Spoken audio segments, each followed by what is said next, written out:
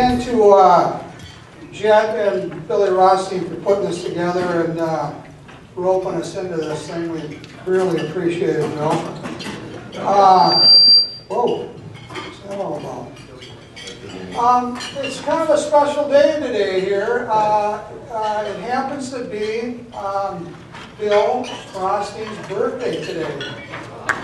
And, you know, I think we'd all agree Bill's probably one of the nicest guys in the industry.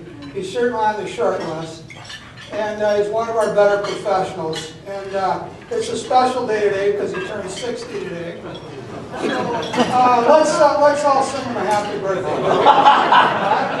Happy birthday to you. Happy birthday to you. Happy 60th to Billy. Happy birthday to you. Thank you. Little known, but Bill grew up just down the street from the Gopher hockey coach, Lucia, and played hockey with him over at Notre Dame, and he kind of outstripped you professionally, didn't he, a little bit after that? You want to talk to me about that? I've outstripped a lot of guys professionally. I could get his perspective on that. Put this all behind us. Anyway, thanks for joining us today. I didn't know everybody needed credits quite this early in the year. It's not June yet, but appreciate you coming. And without further ado, let's meet our esteemed group of panelists. Starting with Russ Nelson. Russ is a founding principal of Nelson Teets & Hoy and has over 30 years of experience providing corporate real estate services to a who's who of downtown Minneapolis and St. Paul clients, such as the Tribune, RBC Wealth, XL Energy, U.S. Bank, and Ecolab. And he also ventures into the suburbs for high-profile clients such as SuperValue and Syngenta. He's also very active in a myriad of organizations ranging from the Minneapolis Downtown Council to the Minnesota State Chamber.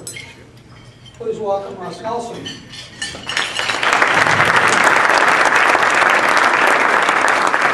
Now, Russ, if I'm not mistaken, you were at the groundbreaking for the 4K Tower, is that correct? I saw Wilbur take the lead. Yeah, did they have steam driven equipment down? Was that Dick and Axe, or how did that all go? What I'd really like to ask you is this. What's the primary difference between deals today versus deals 30 years ago? What's the same, what's different? We're talking about the deals themselves specifically.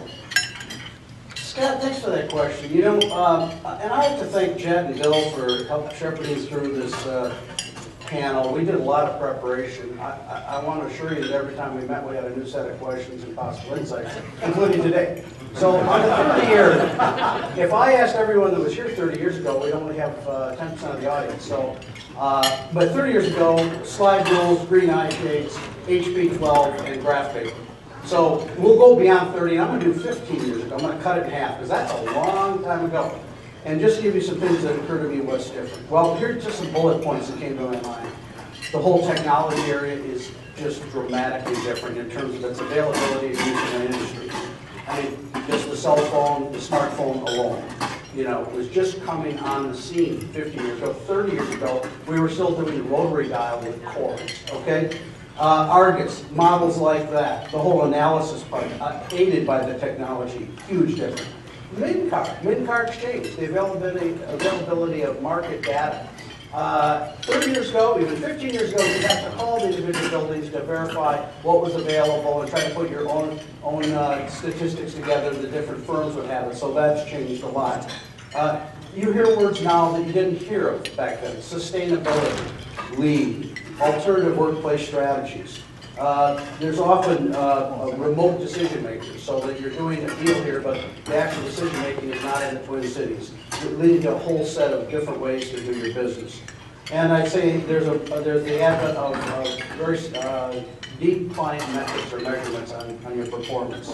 What's the same? Is anything the same? Well, I'll tell you what's the same. Client service excellent client service hasn't gone away. Whatever field you're in, you have to be best in class, and you have to be responsive, and you have to be of a very top service mentality. That hasn't changed from 15 or 30 years ago. I think back then and today, you have to understand the business strategy of your clients so they can properly incorporate it into a real estate or facility strategy. And I think also that today, as then, you had teams you had to put together, and today you have more members of the team. You can have area HR and IT play a key role often in major decisions, where 15 years ago that was less so. So yeah, thanks for the question. That's it. That's a bunch of crap.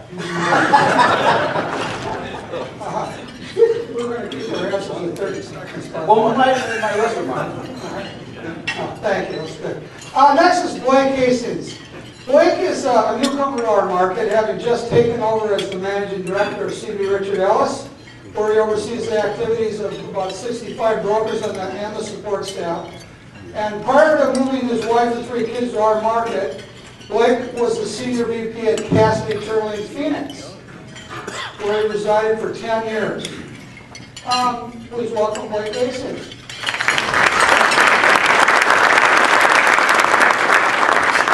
Blake, you just took over the helm of one of the biggest ships in town. And that's a mighty big leap for a guy who hasn't had his first shave yet. You haven't even been to prom yet.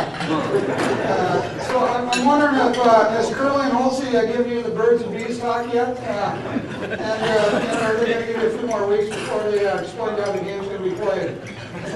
No, it's funny, the first, actually they gave me about 2 weeks.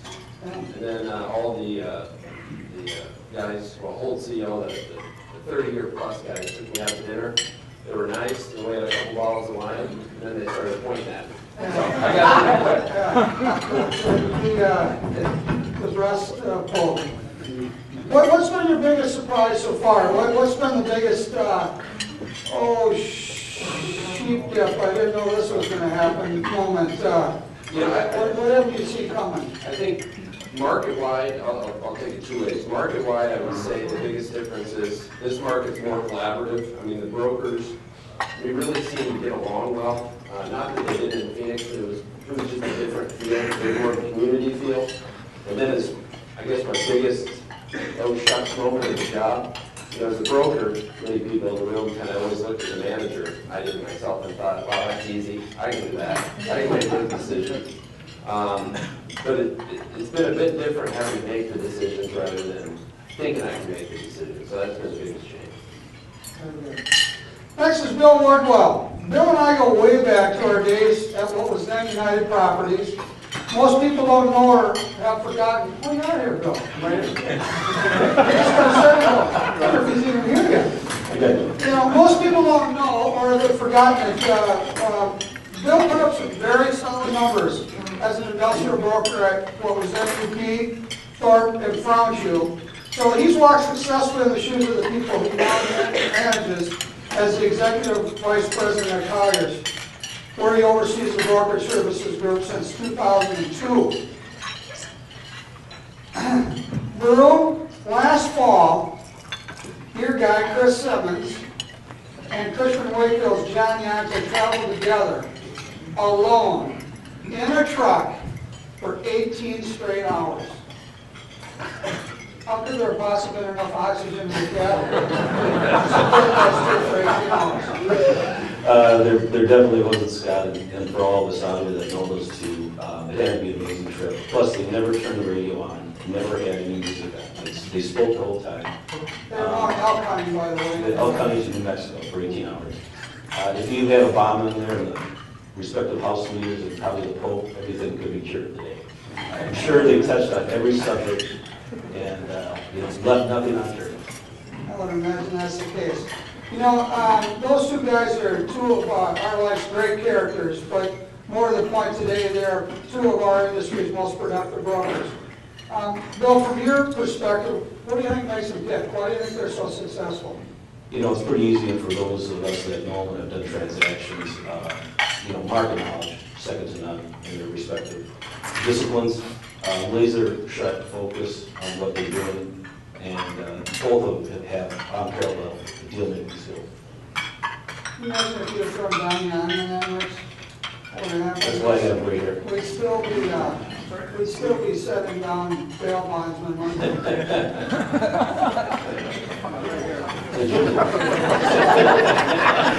Sorry, I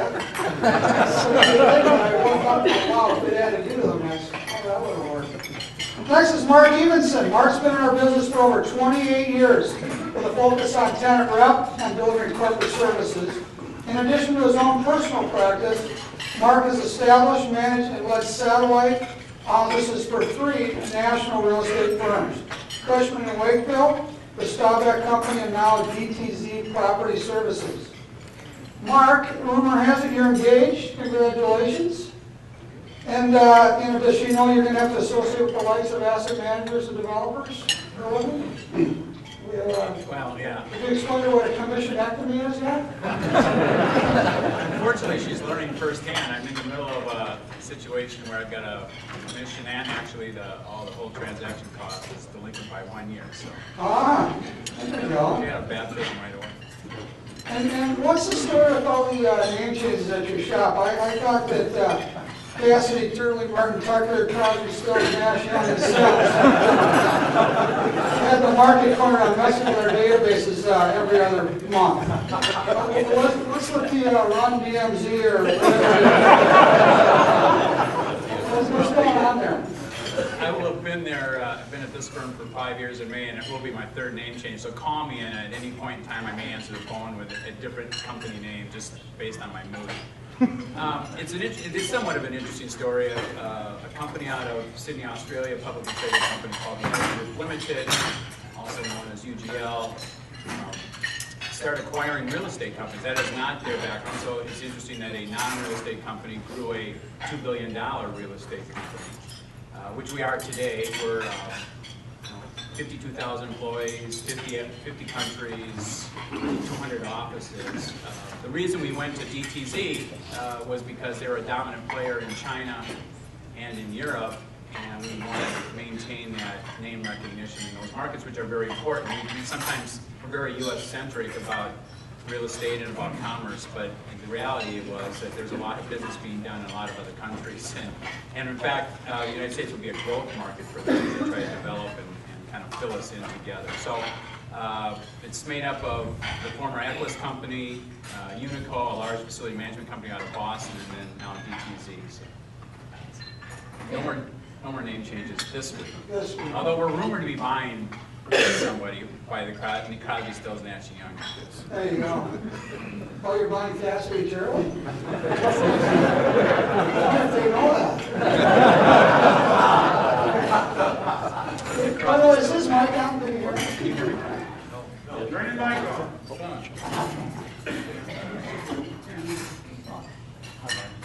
Moving on, like Bill, Mike Lomas was also a successful broker in the office group at what was then United Properties. So he too has walked in the shoes of the brokers he now manages as the head of the brokerage group at Cushman & Wakefield. Mike's been managing the 60-plus professionals for the last 100 years or so. And while serving as the zookeeper at Cushman and chasing his 2 kids, he managed to get an MBA at the Carlson School of Business. So he's very adept to keep a lot of balls in the air. Mike, Northmark recently formed an alliance with Cushman & Wakefield. So mine's cutting in and out not too long. You guys just formed an alliance with Cushman & Wakefield. What's been the major challenges, Mike, or the toughest part of the transition? Well, Scott, I'm glad to be here. Thank you. I didn't stop it. That's okay. That's okay. That's all right. So you didn't show up to any of our prep meetings. So.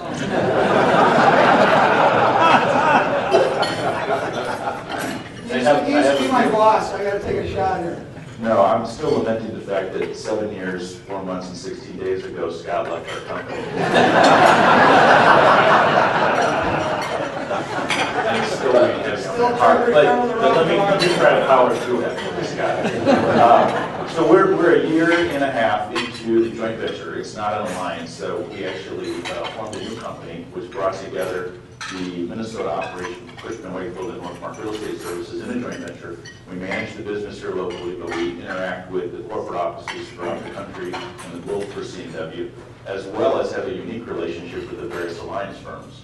that C&W has here in the United States.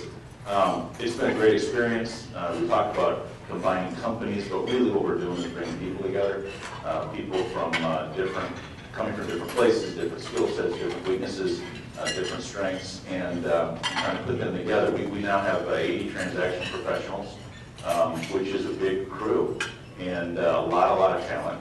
And I have been very encouraged and proud of how everybody has brought themselves to the joint venture. We've had to work through some things. There's a little overlap that we're managing through, as well as trying to make some new relationships inside C&W on a national basis. And some of the challenges that you referred to, I know that's what you want to get at. I mean, it's a big organization. And so for the folks that came from the Northmark side of this joint venture, we're learning how to interact with a big company, a global company. And I think that's something that we're getting better at. We're certainly a lot better at it today than we were a year and a half ago. And from the C&W side of the joint venture, it's merging into an organization that has long been a market leader here in the Twin Cities and have all of our resources based here, which was something that they didn't necessarily have in their prior environment. So we're getting to know each other, but it's been a very positive overall experience so far.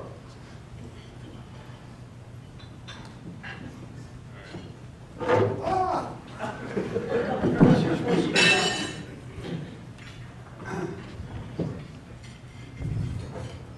Mike?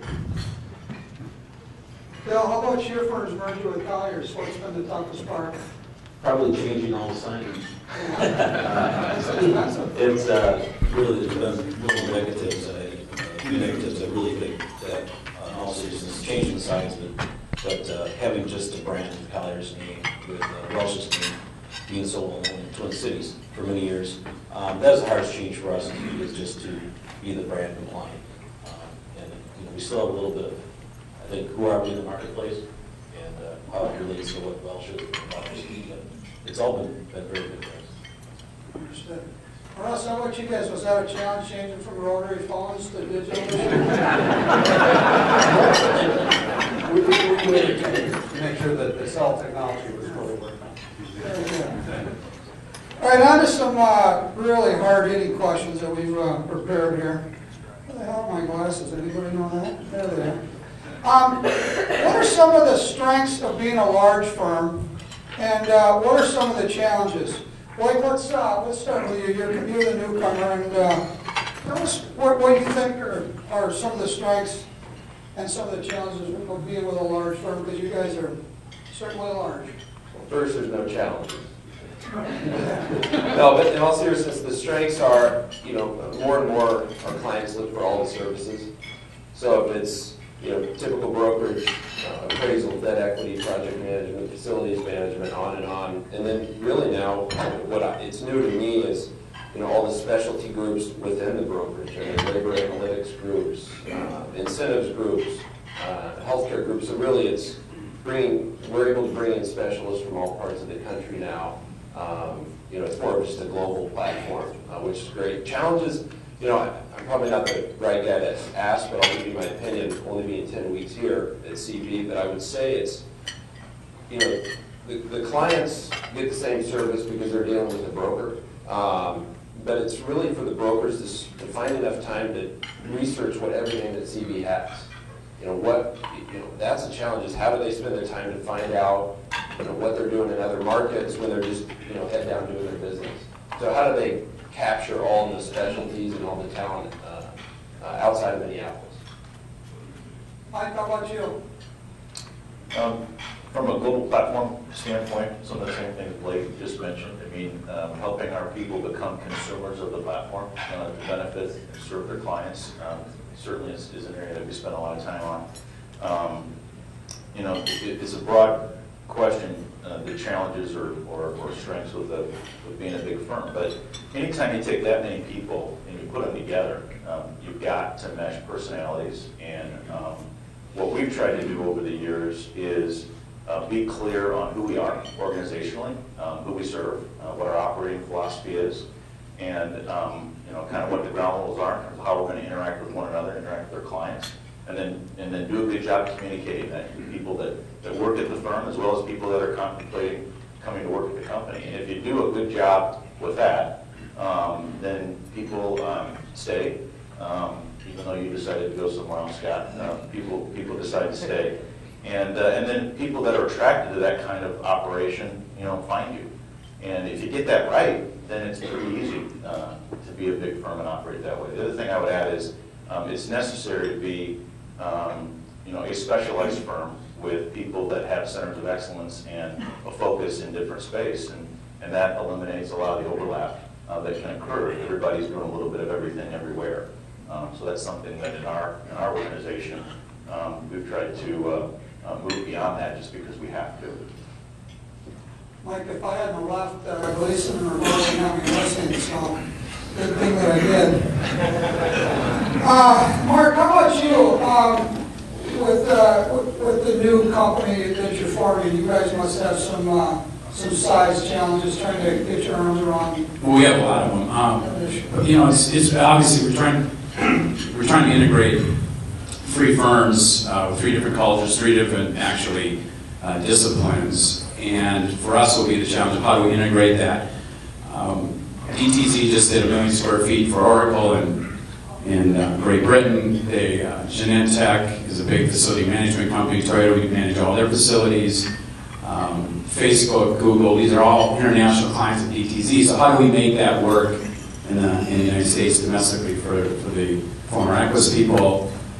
Does it really impact us in Minneapolis? Probably not today, but we hope someday, because it allows us to have conversations with the larger companies that Equus never was able to have before, because we can't offer the global platform and the ambient services. So for us, it's about integration, and as well as taking our client base and learning how to work them internationally, because it's international real estate style. I'm doing a deal in Shaw, China in French, sure, I probably said that wrong, but you can correct me later. But 400,000 square foot deal, and it's a lot different rules over there compared to here, obviously. So it's us learning how to do international work as well as taking advantage of their platform. So it's a big integration piece. Understood. Wes, you run a very successful boutique firm. You're oftentimes staring down the guys that are sitting to the left and the right of you. How do you compete? What do you do that makes you so successful? Our firm consists of 9 people. 4 real estate professionals, 3 project managers, 2 admin. We like the size, same as a baseball team. We've tried 8 and 10 and every time it doesn't work. We think that people still hire individuals. There's a firm name that goes with that, but you can be the biggest firm in the world and want to know, well, who at that firm am I going to work with? And I think we've been very focused. We don't do property management, we don't do listing, we don't do investment sales, we don't do appraisals. They're living in a lot. We do basically the real estate consulting and brokerage along with project management. We do it for the real estate user, whether they be a tenant or an owner. And a lot of our clients are clients that are 20-year plus clients. We develop a relationship. And I've often said if you don't screw up or use that word here, diss your client, you'd be surprised how long you can keep a relationship going. And so we've been fortunate, I think, to provide that type of service and have that type of relationship. That's not to say there isn't continually stiff competition in this market. Always has been, always will be. And I actually think that makes all of us a little better and a little sharper. Who's your longest running client? Health Partners, 32 years. They were called Group Health. U.S. Bank is 25 years. Long run? I bet a lot of guys have taken swings at those guys, so. No, none. You, anything you want to say to these guys left and right? Hold your friends close. Hold your, not enemies, but opponents. Why do you think I'm on all these panels? Yeah. Still on the topic of big versus small, how large is too large? Can this market support, say, 100 broker shop and keep everybody happy? No? I can start this one. Yeah, I think so, Scott. We have approximately 75 agents for a lot of topics that Mike and Blake touched on. It was critical for us, a couple years ago, we changed our brand to Colliers. To keep a large shop, you need to have the globalization, you need to have the specialized skills. And as that grows and we scratch the surface more and more to bring service out globally, I think we'll see and need to add more folks. So I think we can. Corey? You know, we talked about this when we got together. In Phoenix, we had 75 brokers, but I think it's possible, more possible here, because in Phoenix, there's 2 Fortune 500 companies, one is leaving now, but here there's 20. And there's so much more business that can be done with those clients internationally out of Minneapolis. So I think different from there than here, I think it can be done, but it's got to be done in a more specialized way rather than just looking at the existing market, office buildings, et cetera, because that's not going to grow infinitely.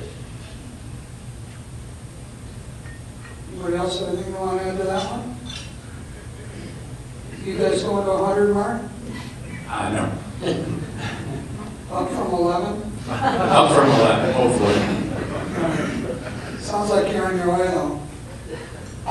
Moving on, what are your clients asking for today in the way of services, and are they different than, pick any time frame? I got 10 to 15 years on here, but I mean the question stems from just how are things evolving in the way of client services? What are they asking today versus what they were asking a year ago, 5 years ago, 10 years ago, whatever period you want to take? Ross, what do you think?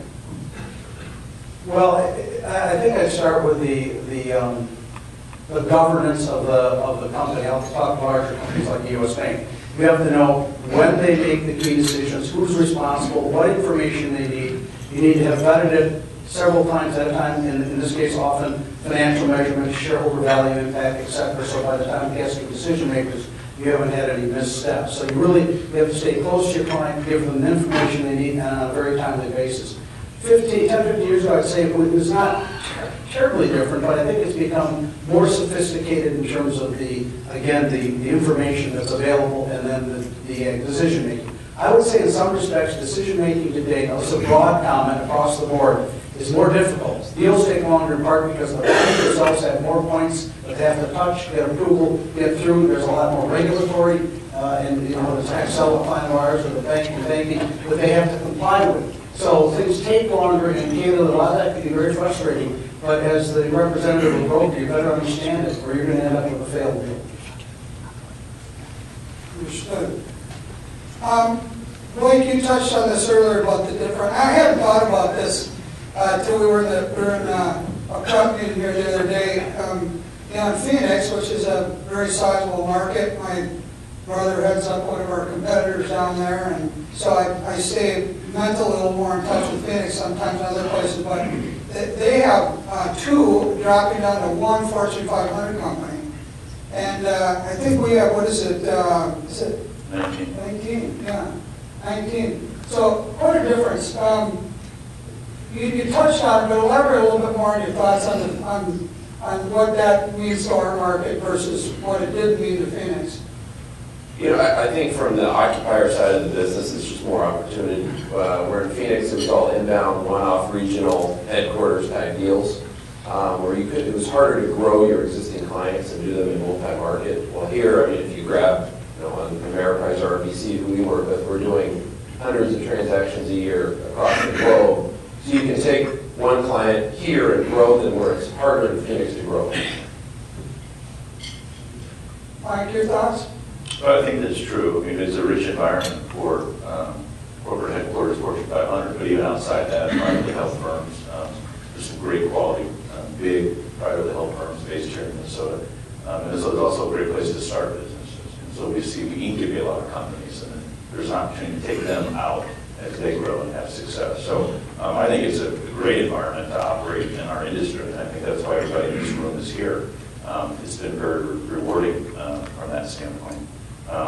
It's more complicated to execute that kind of business, and to maybe piggyback on something Russ said earlier. When you go after that corporate occupier side of business, the world is moving into a very stringent procurement kind of selection, service provider selection process. That's very different than the way it was 10 years ago. And if you can't play in that space, and you're not prepared to play in that space, you're very quickly disqualified from any consideration. So not only do you need the global platform, because they need to line it up across their business, their real estate needs across their business and business strategy across the globe. You've got to be very adept at answering some very tough questions as it relates to how are you going to interact with them as a client, and what kind of key performance indicators are you going to manage and be held accountable to. And in many instances, you're putting your compensation and fees at risk, or if you don't manage it effectively, you might not get paid in some instances. So it's a challenging place to play, but it also can be very rewarding. Well, it's tough to go a little later in the question because a lot of things get covered. Bill or Mark, anything to add to that? No, I just say, looking back at your question, got a little off track, but having different silos and disciplines in larger companies help. As Russ talked earlier, what the client needs today, you may have to go to 4 or 5 different areas of your company or outside, help them consult, and especially for the larger companies. And I agree with what Mike and Blake said about international, national business. You have to be in these financial capitals, and we're very blessed to have the companies we have in these cities, and a lot of them push the business out, so to have a global expertise really helps.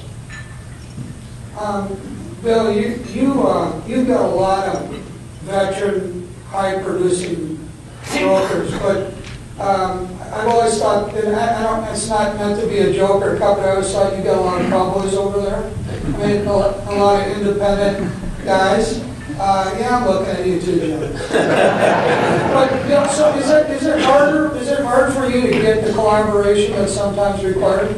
Is that one of your challenges, to get some of those cowboys to work with the other cowboys, or no? Or not? I'd say quite the opposite. I think I'll jump around a little bit to answer the question. That was one thought. I came over to Welsh and now Colliers, thinking about the culture, but the culture is quite the opposite. We're very collaborative. Majority of us, we know we need to get in the business first to even worry about it. But no, Scott, I'd say that what I pick up on, I might have said what I pick up on time I was up. I might have said last time I was on this panel was real estate. I read in one of the forums saying Western president on real estate. How do you think it was asked the Western president? How do you differentiate yourself? How do you think your competitors see you, or how do you differentiate yourself? And I think you just said it. I think we're looked at in this market one way. I think United Properties, Cushman's looked at the market in one way, and CBRE, and then go on down to what Mark and Russ do. But yeah, I think people come to us because they like what we represent, they like the culture, they like our people. So I think each one of us represent a little different perspective. Scotty, a little tangent on this. I'm going to use the word cooperation. A client of ours for many years, we're going back 31, was Dane, Coleman, and Quayle. It's now RBC. About several years ago, CBRE got the national account for international representation. But when it came up to an opportunity to extend the lease downtown, we remained as the local broker, if you will, because of the relationship. We worked very cooperatively with Charlie Snyder and Marshall Lockman, and we cooperated for the client to end up with the best deal. And that's kind of the era we're in, and that's fine. I don't see that as a threat. I see that as a new world and a way to stay relevant. So it's not always just us versus somebody else. It's often being smart and being cooperative. Scott, maybe to add to the point Russ is making, so not only do you have to be effective at collaborating inside your organization, because your clients require you to do that today, particularly anything that is of a complicated nature. They understand there's going to be a larger team that's going to have to be able to serve them in this market across geographies. But you also have to be able to work with other service providers. I mean, we've teamed up with Russ's firm to sell buildings for some of their corporate clients that are looking to monetize the asset. We also share clients with other service providers on a global accounts basis. So Cushman & Wakefield has clients that will serve a region of the world for, and CB will have another region, and Colliers will have another region. And sometimes you might have a local account in one service line, but another service line might be handled by CB. And so it's interesting the way this is happening. You're not just having to collaborate inside the walls of your company or your office. You're having to collaborate with your with your competitors in some instances to serve that client on the same technology platform oftentimes. And here's the newsflash, the client doesn't really care about you. The client cares about the results for their company and themselves. So you have to get the best result, but the best result is sharing, cooperation, whatever you do that. And that's just the way, candidly, that's the way it's always been, but there's a lot more ways to do it today. Understood. Mark, anything to add? I'm going to take a minute and talk about commissions. I'm going to get out of soapbox just for a minute, and I'll tell you why. I sent out an email to about 30 of our industry peers. The higher percentage of us were brokers, but a lot of asset managers, owner developers. Let's call owners. I'll put that one side of the transaction. I'll call owners and then the brokers. And much to my surprise, 27 out of the 30 people that answered said, let's talk about commissions. And that surprised me because I thought the last thing brokers would want to do is talk about commissions in a public forum and get into that whole thing. But everybody did. But what was interesting about it was all the energy that was around the questions. And the listing guys, they wanted to know when they were going to start getting their rightful share of the fees. Because you got the full fee, the 100%, then you got the 50% override, and the listing guys, they get the 50%, and the rep guys get the 100%, right? You follow me on that? So the listing guys were grousing, when are they going to start getting their rightful share and splitting this 75-75? And the rep guys, they want to know why the listing guys should get anything at all. And the owners, they wanted to know why the brokers weren't more sensitive to the rising costs of private jet fuel. And, so, you know, everybody had this axe to grind, you know, that they said to me, and they're like, you know, don't go soft on this, and let's get after it, and, you know, and man, there was a lot of negative energy and stuff going on. And so I brought it to these guys, and they're like, "Oh no, we're not touching that." And we took it to the MNCAR staff, and they're like, "No, this isn't the place, the forum." So we're not going to talk about. We're not going to go down the line and cover the whole thing. So you're just going to get my version of it. You can take it for what it's worth. But you know, I had 20 years on the brokerage side, and now 7 years on the owner side. So I have seen a little bit of both of it. I'll just share with you my thoughts on it. And you can take it for what it's worth, and then we're going to move back to some other group questions. But you know, on the listing issue, why the 100 and then the 50% of the listing is because we can. That's been the format, the primary format for years. I know there's been a 75%, and some guys are even doing that today. But the pendulum swings when it's a rep market, it goes one way, and when it becomes a landlord market, it tends to go a little bit the other way. But the fact of the matter is as an owner, I want to incent the tenants to come to our building, right? And I don't want to disincent them by disincenting their brokers by a less of a fee. And as long as the market kind of works that way, well, that's how you do it. I mean, it's not all that complicated. And the other thing that's kind of surprised me is that there's very few guys in this market that only work one side of the transaction. There are a few pure tenant rep guys, but it was funny, the guys that do both were grousing the loudest. And I was like, why aren't you robbing Peter to pay Paul? But they were going, what about that listing fee? And I'm like, well, anyway. And then it just didn't add up for me. But then two guys that I really respect a lot in the market, sharp guys, big producers, good friends, had a position that maybe the more quality brokers will move away from listing work. And we landlords, we owners won't have access to the higher caliber brokers. And frankly, I think that's a lot of hoo-ha. I don't think that's going to happen because I think the listing money is still good. And that access, because the listing guys get a contract, the rep guys don't, per se. There's more risk and more reward on the rep side, I think, than on the listing side. I know listing sides can be tough sometimes, but in general, that's a little more stable and steady. So I think we should take issue with you right now. What's that? I think we should talk, maybe bring Blake and talk about the Phoenix market as I understand Phoenix, the brokers pretty much dominate most of the business, even for the developers. They don't have sales. And I think you're going to see more of our brokers here concentrate and do more pure tenant rep. As this business has matured, every company you call them, now they know what you do and what you represent, and most of our transactions have people on both sides of it. So Right. I think you're going to continue to see it. I think You think we'll see a transition from the quality guys moving more to the rep side than the listing side? just people in general. Yeah. I think the business. You agree, Blake? Yeah, I mean, if someone came to me and said, what side would you go into, and I was an agency side, I'd probably, depending on the personality, I'd probably push towards the occupier side. But it's, in Phoenix in 2005, which was the hottest time, I didn't think we were going to talk about commissions, but, we were still paying the outside guy about Phoenix. So, and does the pendulum swing back and forth? Yes, but I do agree that the occupier brokers, and I was an agency guy, I think they have, I don't want to say more value, but they had the tenant, so it was, the landlords wanted that tenant, they would pay them. So I always looked at those guys as my clients and said, that if they get more, they're going to bring more deals, et cetera. So I never really fought it and said I want. So I don't see it changing, but if it gets really tight, I'm sure it'll come back to a certain extent. The rep side is a lot easier, right, Mark? I thought I would, excuse me, I thought I'd never say this, but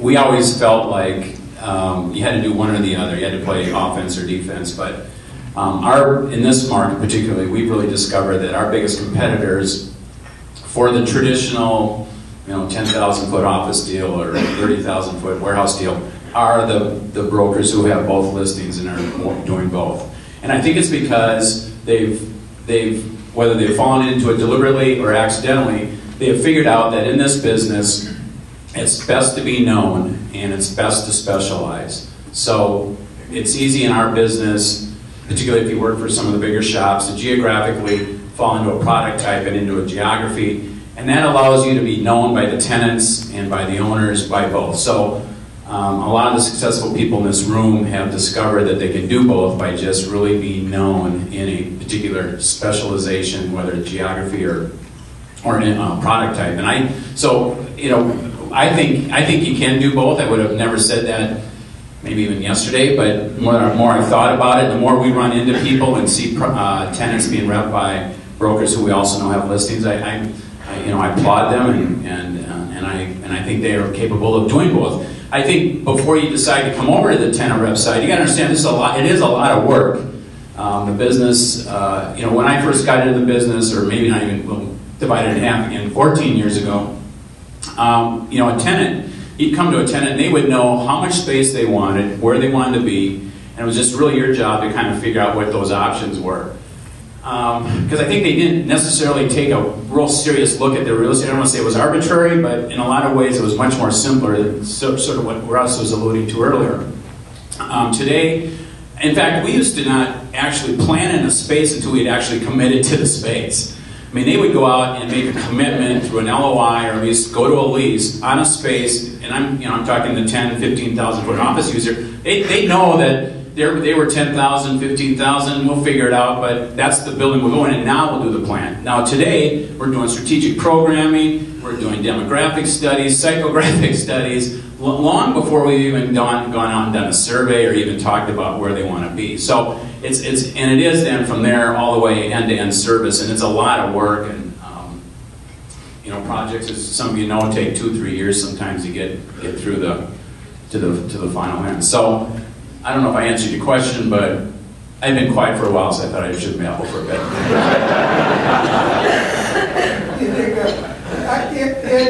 It's a touchy subject, and that's probably where we're going to leave it today. I don't think we're going to resolve anything, but it was requested, so I tried to bring it up a little bit. The other thing that I got a lot of, well, not a lot of, but a number of guys said, but you're going to be tough on these guys, right? You're going to, no softballs, you're going to stay after them, you're not going to let them off the hook. And I answered him, yeah, I'm gonna, because, I can do that. I don't have any trouble saying it like I think it is anyway. But then, you get close to the end, I go, wait a minute, this isn't a Senate hearing for crying out loud. These guys weren't subpoenaed to be here, they're volunteers. So I mean, yeah, volunteer to help me try to kick the crap out of them? No, that's not what I'm going to do. So, the idea today is just to share some information. A lot of us have been doing this a long time, and hopefully you get one tool to put in your bag. You already have 10 screwdrivers in there, maybe you're going to add one today. Those that have been there a little while, maybe they're going to put 3 tools in, but that's how it works. So, no, I'm not going to get tough on them, except for Russ. You've obviously had steroids. And I wonder if today is the day for you to come clean on that in front of the committee here. Was that what allowed you to run Kitchak out of business? Was it the steroids? He didn't like the wine business too much. Yeah, that's right. All right, let's talk about the investment market for a minute or two. Both coasts are highly attractive to investors. How does our market stack up to the coast, and what does our local investment market look like today? Who wants to start? Go ahead, Mike. Well, Minneapolis is on the radar again, which is a good news for all of us. And starting in 2008, 9, 10, we really were out of favor, both for regional, national, international investors. Minneapolis just was not a place that they had circled and said, my investment strategy is the place, X millions of dollars in the Twin Cities. It wasn't there. And that's when we saw people chasing real estate investments in D.C. and New York and L.A., San Francisco. Chicago was on that list, Dallas, South Florida. But I would say that we started seeing that begin to turn in 2010 and improved in 2011, but it was still muted. But last year was a great year in the capital markets business here in the Twin Cities. We surveyed, Cushman & Wakefield surveyed their clients across the country, and Minneapolis shows up on the list of markets that they want to invest in. Now, we're at the bottom portion of those 20 cities that make their list, but nonetheless, we're on the list. And if you look at some of the big transactions, there's some big deals that got done last year. There's going to be some big deals that get done this year, which is exciting. So I think we've got a good year ahead of us that will probably continue. It's a fun time to be in the capital markets business again in 2012, 2013. It wasn't so fun in 2008, 9, and 10. And I'll add to that.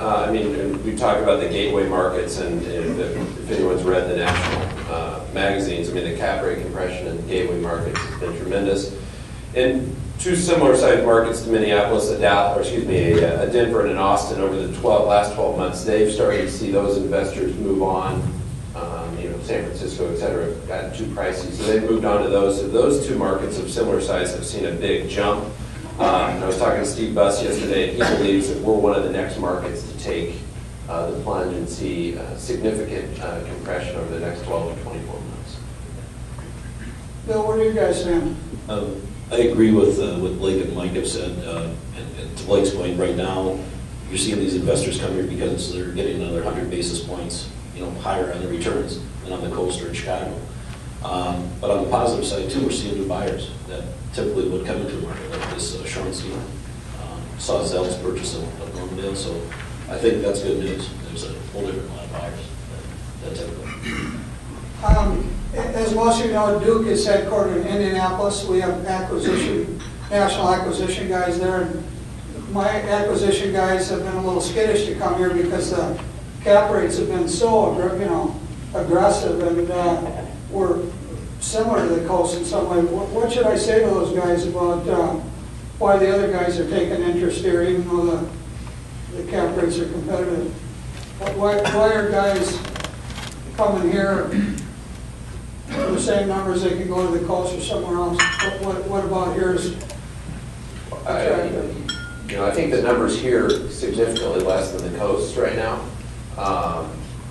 Coming from the outside in, this is a much more stable market to invest in than some of the coastal markets. So those bastards have been lying to me. That's what I want to know.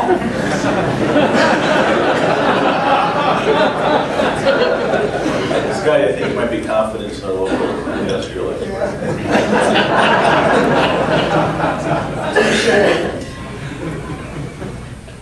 Well, here's what I would tell them. I mean, if they're investing in industrial real estate, right, they're probably going to other tertiary markets. So where are they going? Indy, Cincy, Kansas City, St. Louis. Is that where they're investing? So they've already made a decision. We don't need to be in these gateway cities, and they might just like their industrial markets better than ours.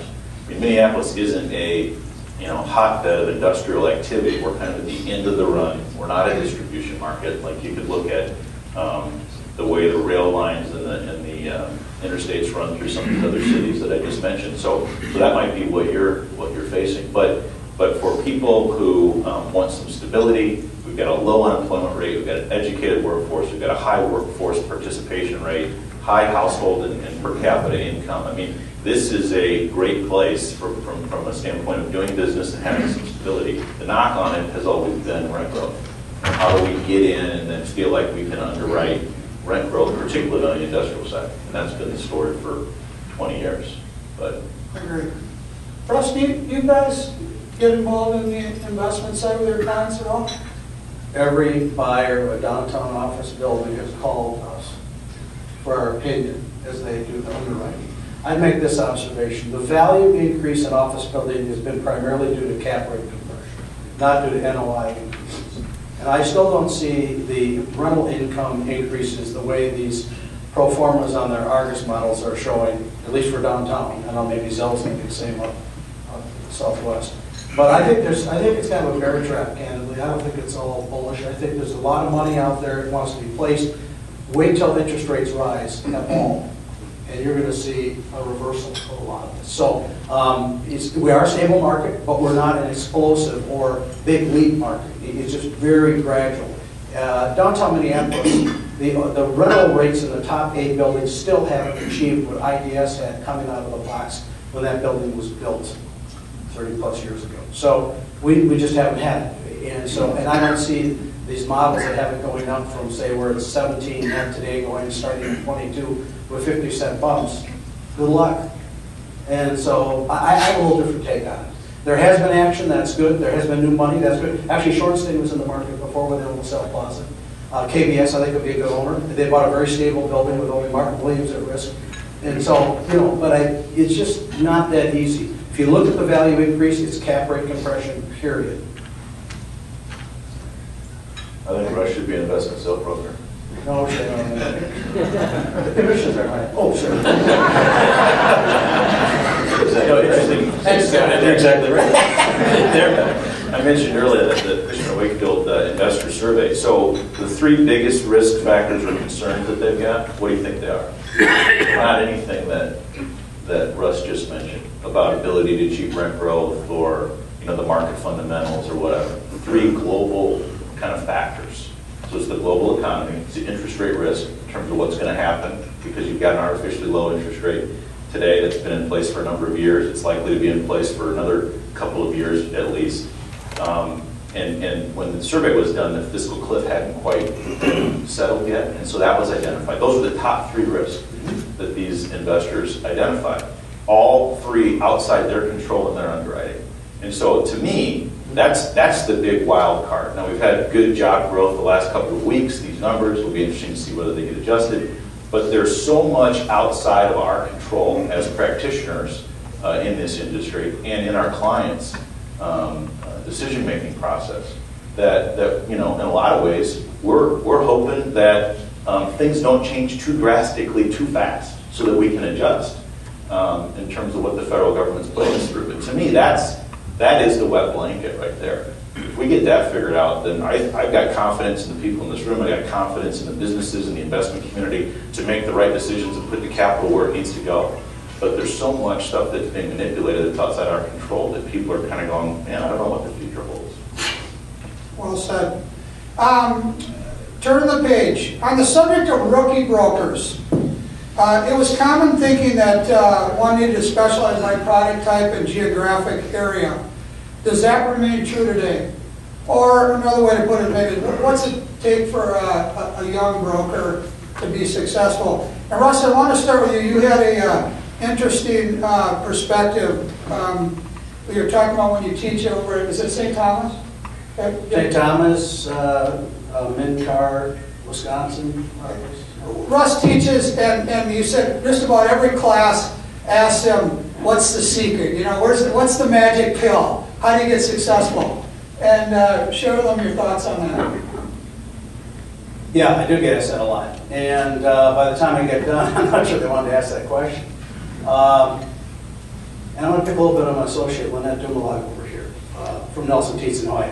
I first of all say get involved in your community and give back to your community. Be involved, not just only in your day job. Really know the community you're in. So get involved in those organizations, whether it's the St. Thomas Board, Boys and Girls Clubs, Downtown Council, whatever. I think too many times people in the industry get isolated and they only communicate among people in their direct industry and they lose that perspective and focus that I think really help you in developing client relationships. Now that's not unique to real estate, but I say that here. You know, I'm up about 5:45. I'm making my first calls to clients at 6:30. Lynette gets my calls at 7 a.m. every day, usually, about one thing or another. So you start the day early, you work hard, you work throughout the day, and sometimes you're closing up shop at 7 or 8 at night. There's no easy shortcut in this business. It's a combination of hard work and staying at it. You know, involvements. I've been involved, I helped form the Downtown Improvement District. I've been a Downtown Council chair of that.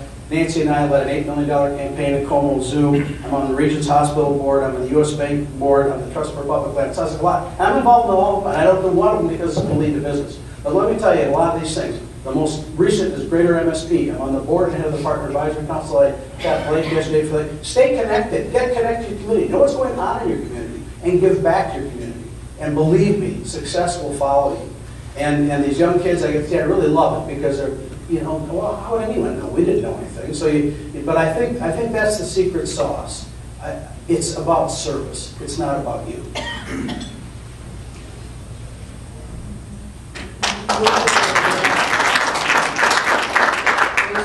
Good. Bill, you bring a rookie into your shop. How do you steer them? Yeah, I think starting out, Scott, it is important to have that person focus and be part of a team, obviously. But for us, focus geographically and product type. I know for myself when I started in business, and I think it's still true today. You need to be in an atmosphere where not only is your main mentor a good broker and understand what's happening, but that all around you have other people with the tools and skills that can help you. Because as I tell the young folks that come in, I go, you can be of any type in our business and personality, but you're only going to maybe like half of what your main mentor does. You're going to want to take parts of what Scott Moe does and somebody else, Russ Nelson, meld that into your personality, the way you do business. So I think it really helps to have that around you as well as you expand. But as Russ said, you know, there's no magic pill. You just have to get out there and work hard and get in the industry and get committed. So it takes about 3 years. 3 years. Mark, the guys still cold call anymore? And if they do, what does that look like compared to when you started? Well, I've instituted the Russ Nelson School for Business Development at DTZ. Sorry. No, I'm on. And no one laughed, but that's because it's serious. I think the young people hide behind technology. It's just too easy for them to spend time sending out emails. I get some pretty interesting emails as the head of the office. I call them cold call emails. The subject lines are just hilarious, and I forward those on to people in my office as a way of really not getting my attention. So what Russ has suggested is true, and I think that is that you, first of all, you should just get out and get to know your market, be a specialist. I've had a chance to observe people who were very successful at a lot of big national firms, and the one thing that always stood out was that they were known for something, and I said that earlier, I'm going to say it again, be known for something. But then to get into the community, I think, because two reasons. One is, sooner or later you're going to have to sit across the table or a desk from somebody, and you better be able to, have a pretty good handle on interpersonal relationship skills in order for that to be an effective meeting or an effective relationship. And the best way to do that is to get out and spend time with people, shaking hands, being involved in organizations, because we can't get through to people. The cold calling, I think, is, one day, sooner or later, you got to pick up the phone and make a phone call and to set a meeting or something like that. But the reality is, you can't dial for dollars anymore.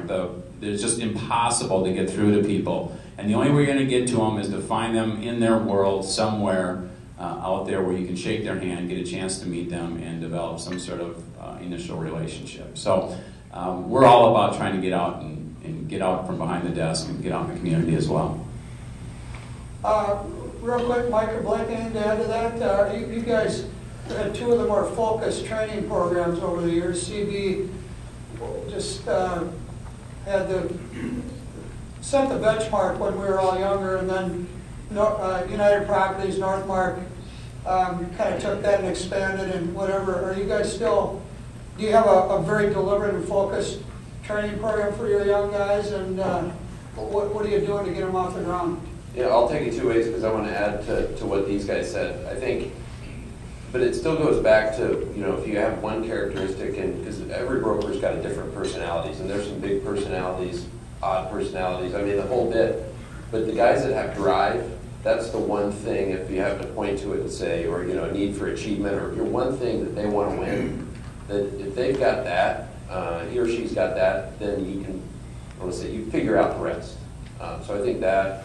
As far as instituting, I came from a place that had a very strict training program, so that's one of my big things for guys and gals that come in, so that they, because it's a hard business and it's a challenging one, and unless you have someone there to support you and a training program to support you, it's that much harder. So, that's going to be a big focus of mine and our team, is to really challenge our professionals to help train the rookie broker, and then us as well as management to add into that.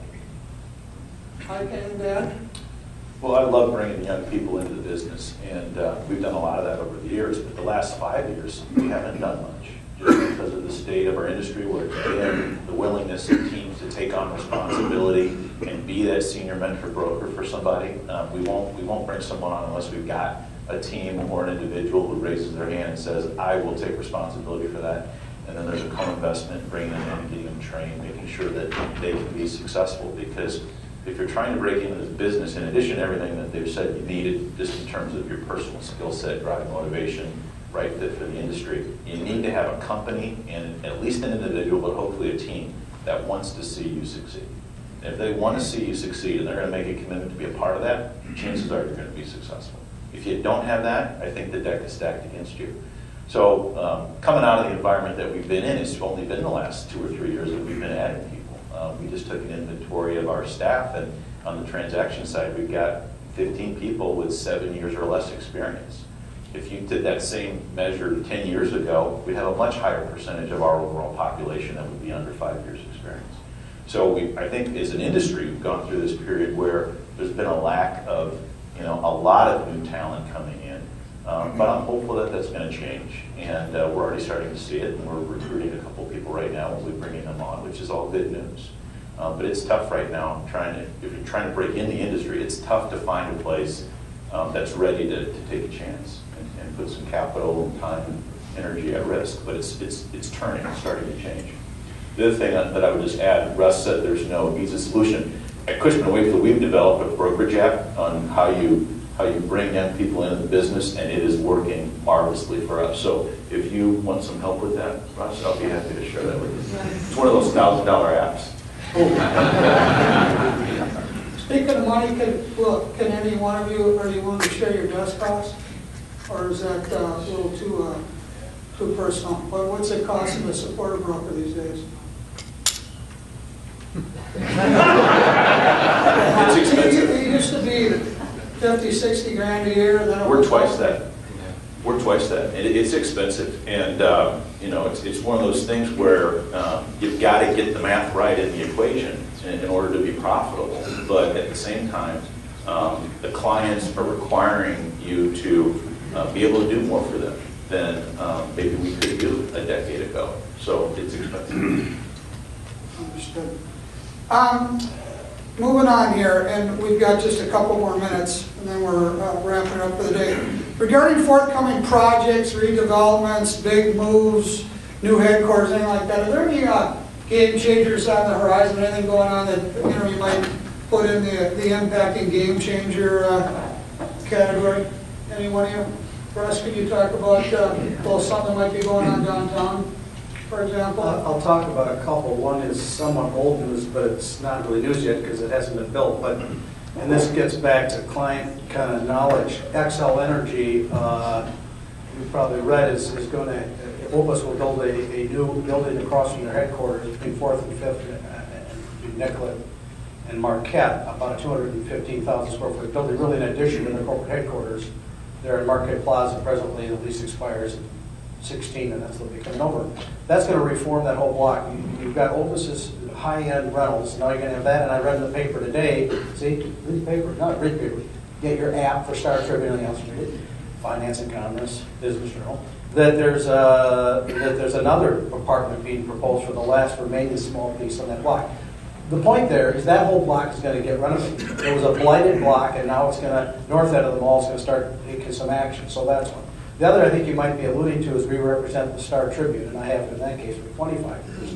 And you've probably read in the paper, their paper, from time to time that there's this potential major development that could occur near the new stadium. Without getting any details, because those matters remain confidential, read the paper. One of the big drivers for the corporate user looking at that is that it's could be the busiest transit station downtown. So for the transit-oriented development and the new Central Line as well as Hiawatha, there'll also be a major park element, and parking and sharing with the Vikings and all that. So if this comes to fruition, it will remake downtown East. It will be extraordinary, and that will then kick off contiguous development by lots of other people once that move is made. So we'll see. That one, keep your eye on. You know, it's very complicated, but hopefully it happens. Mark? What you were talking about the munitions plant, is something cooking with that up in Fridley? I think that's been the paper too. It's high development. I was looking at that former FMC plant just south of 694 East River Road. Okay. And that's a large play. And I think we also talked about if Opus is able to land Emerson down at the old AEC plant. That's been vacant for many years. That will also spur some other industrial development down there. So industrial seems to be getting a lot healthier. Last thing, and we're going to close. What's the one piece of wisdom that somebody gave you along the way? A mentor, somebody in the industry, whatever, whomever that might be. One piece of wisdom that somebody gave you along the way that helped you be successful. I'll start with this. A guy early on in my career told me, focus on hitting singles and doubles and the home runs will come. So I stuck with that. Good. Mark? I was, in 1986, I was at an SIR conference, and a guy by the name of Jim Black, who had developed a publication called Black Sky, which was the precursor to many of our websites in terms of properties. And one of the things that he talked about, and we spent some time on, and I think it's important, I know I'm talking to a lot of seasoned, successful people here, but maybe just a word of encouragement. I think the way we've shown property has just gotten really sloppy. And I would encourage everybody, particularly in this market, you know, it's easy when the buildings are completely empty and it's easy to kind of plug people in, but when you have more difficult vacancies now that you have to try to market and try to make people fit, how you present that, how you encourage the tenant is really important, because as you know, you get taken off the short list or not put on the short list based a lot on what happens at that showing. So I've seen those showings just continue to kind of degrade themselves a bit. So I'd encourage everybody to really improve that, because Jim talked a lot about how that was just the key point and for a lot of marketing of properties is the showing itself. And I just encourage people to continue to get better and do a better job of that. Do you think if we change the listing splits, those guys? That probably would help. Yeah, that's probably, they're holding out. That's it. It's kind of a work stoppage thing until the Bill? Can I have two of them? Dave Bruce that a lot of us know in this market.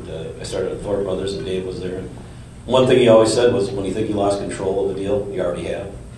Another great mentor, and I see Helen Brooks, Jim Wetholm, who's passed on now, but he gave me the 10 Commandments that I think Bob, the godfather of commercial real estate.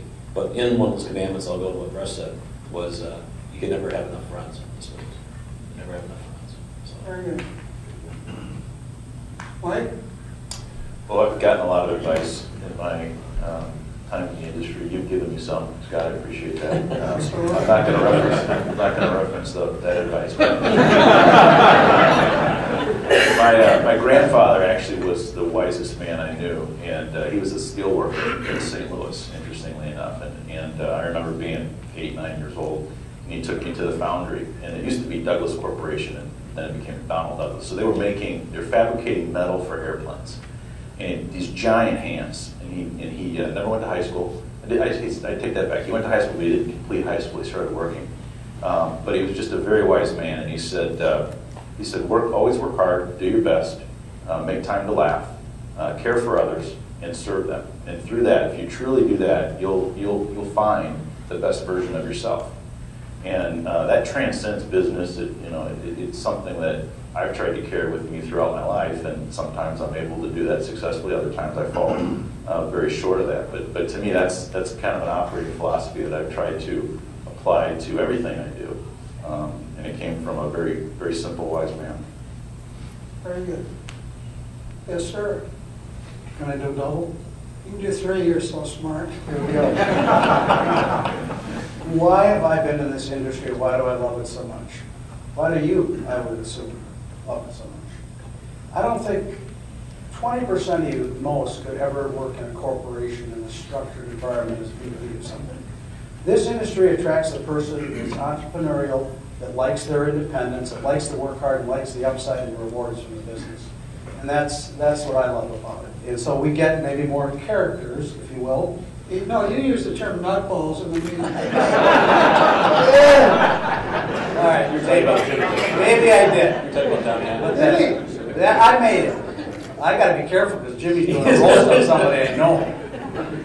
Anyway, I'd say the best advice I got is from my father is never lose your integrity, or you can use the word reputation, because it's very hard to earn it back. Absolutely. And John Allen told me one time at a breakfast meeting, he said, your success will be greatly determined by what you don't work on than versus what you do work on. And I thought that was a good piece of advice that I've screwed up many times. But I think he's absolutely right. The stuff we say no to is probably gets us farther ahead than the stuff we accept. So there's nobody wiser than John Allen, just ask him. So